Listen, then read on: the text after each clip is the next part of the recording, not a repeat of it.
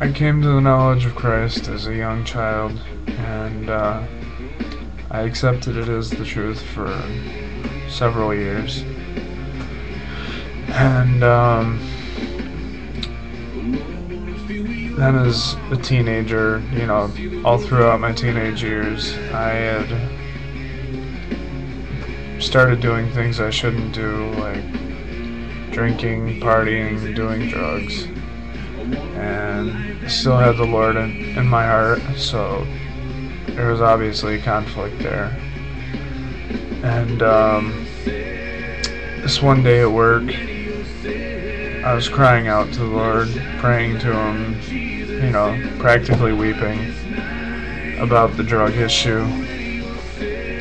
Because recently, I think it was a little before that, I'd become sick of the fact that I had let drugs control every aspect of my life. Was calling my name every 5 minutes. If I had managed to go a day without doing it, I was a miserable person. I was rude, I was cynical, snapping on people that didn't deserve it. I was spending every spare dollar that I had on it.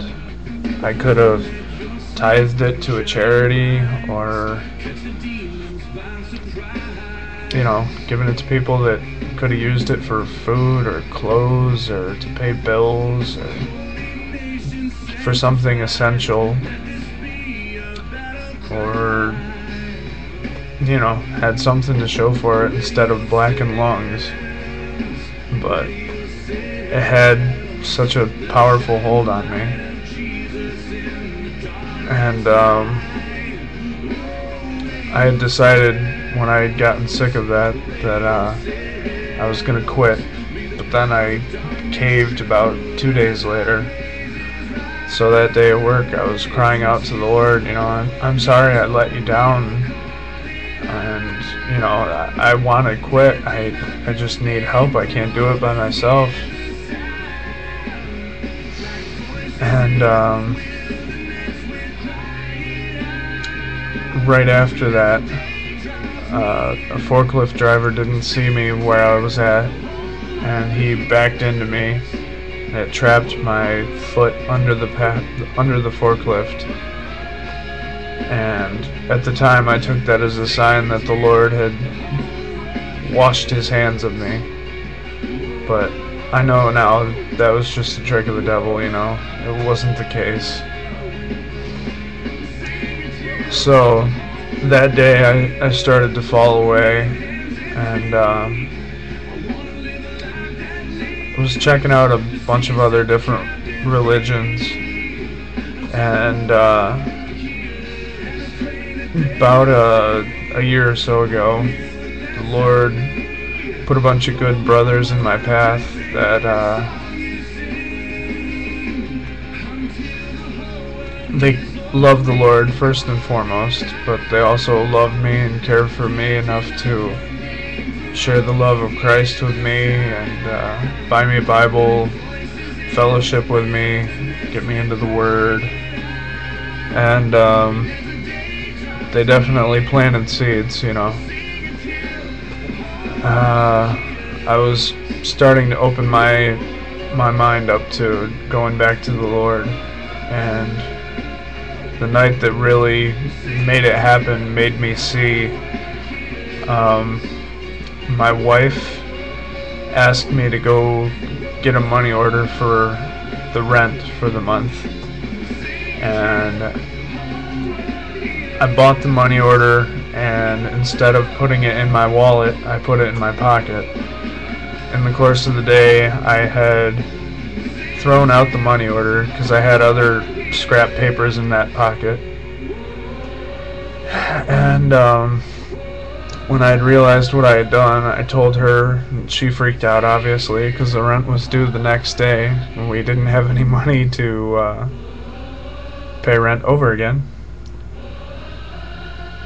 So that day, I believe I was up until at least 3 o'clock in the morning, tearing this place apart from top to bottom.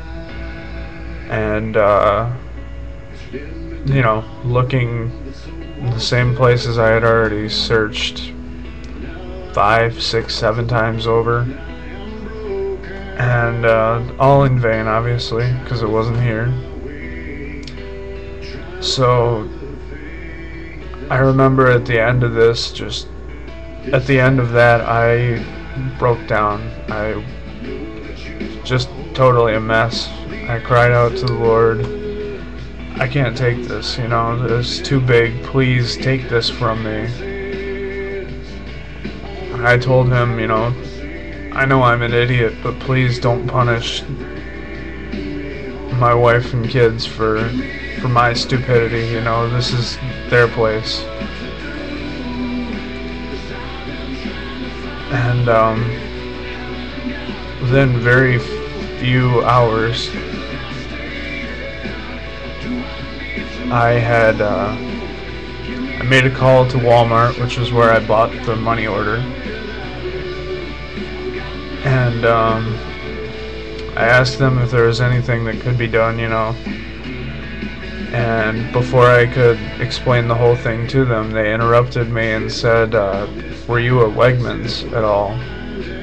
Wegmans is across the street in another plaza. I said, yeah, why?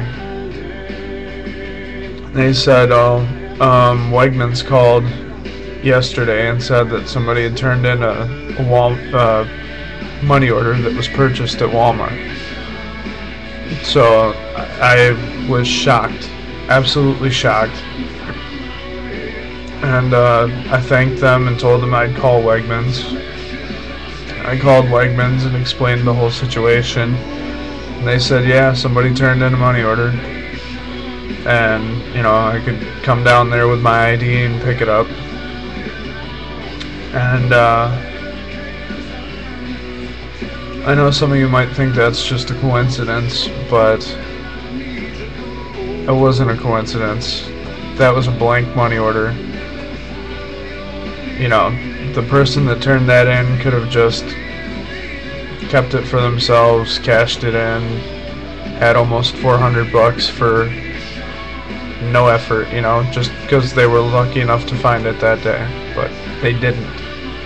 And that was totally ordained by God. That was the day that made me see that He does love me. He never left me. He continues to work in my life, you know. And since then, since drawing closer to the Lord, continuing to have a relationship with Him and do as He commands, I've seen many miracles in my life, and including the fact that I am totally drug-free. I didn't have to go to rehab or go to jail to withdraw or anything like that. The Lord took the will from me to want to do it. The day that I had stopped, He told me, if you want salvation, prove that you want it. And there's a beautiful Christian song by Disciple playing called One More Time.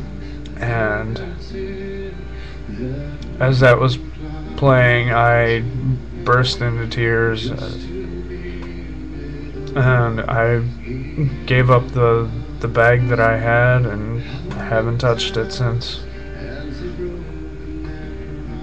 The Lord is amazing. He's fantastic. He's much better than we deserve. This is my testimony. I hope it encourages and uplifts any of you. If the Lord can pull me out of what I was in, there's nothing He can't do. Not a thing He can't do. God bless you.